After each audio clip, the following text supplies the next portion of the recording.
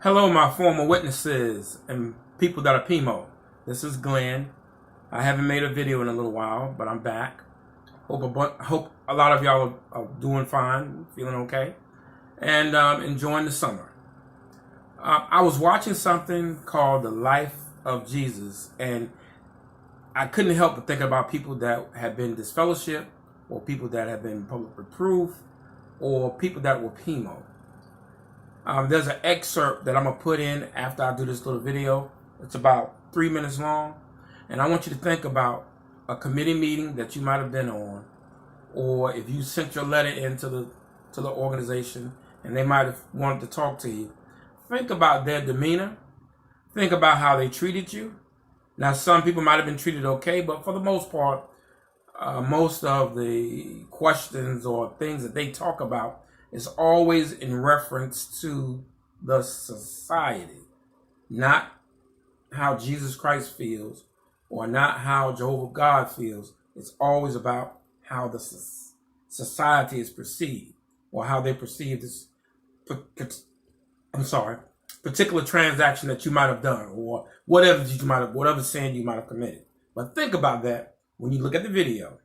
Think about when they make their ruling, how the Pharisees would kick people out of the synagogues and how it relates to how they kick people out of the organization, which I think is totally wrong. I know there might be some circumstances where a person might need to leave the organization, but for the most part, most people want to stay near their family or keep the association that they have. So I want you to look at this, and when you talk to somebody that might be on the verge of being a PMO or might have they might have their doubts, ask them to look at Matthew, I think it's chapter 7, and read the whole chapter 7 as to how Jesus said we should treat, or we shouldn't be judging each other like they do. So hopefully you'll like the little video excerpt, and it's from The Life of Jesus. You can find it on YouTube or any movie, any movie app, but it's a very good movie, and I suggest it. Take care and, enjoy the rest of your summer. Be safe. Put some mud on my eyes. I washed my face, and now I can see. The man who did this cannot be from God. He does not obey the Sabbath law. How could a man who is a sinner perform such miracles as these? And there was division among them. You say he cured you of your blindness. Well, what do you say about him? He is a prophet. The Jewish authorities, however, were not willing to believe that he had been blind and could now see until they called his parents. Is this your son?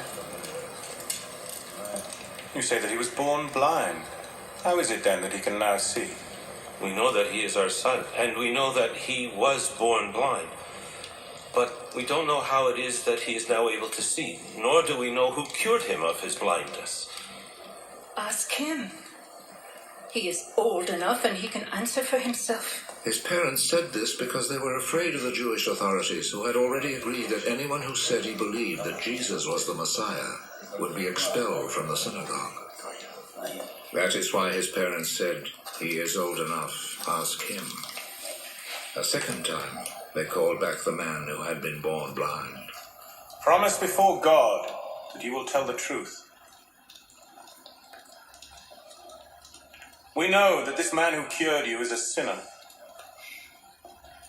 I do not know if he's a sinner or not.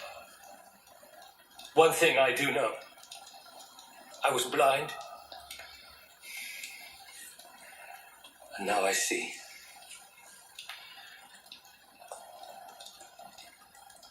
What did he do to you?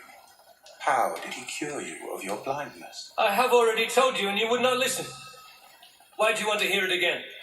Maybe you too would like to be his disciples. They insulted him and said, You are that fellow's disciple. But we are Moses' disciples. We know that God spoke to Moses. As for that fellow, however, we do not even know where he comes from. What a strange thing that is. You do not know where he comes from, but he cured me of my blindness. We know that God does not listen to sinners. He does listen to people who respect him and do what he wants them to do. Since the beginning of the world, nobody has ever heard of anyone giving sight to a person born blind. Unless this man came from God, he would not be able to do a thing. You were born and brought up in sin! And you are trying to teach us.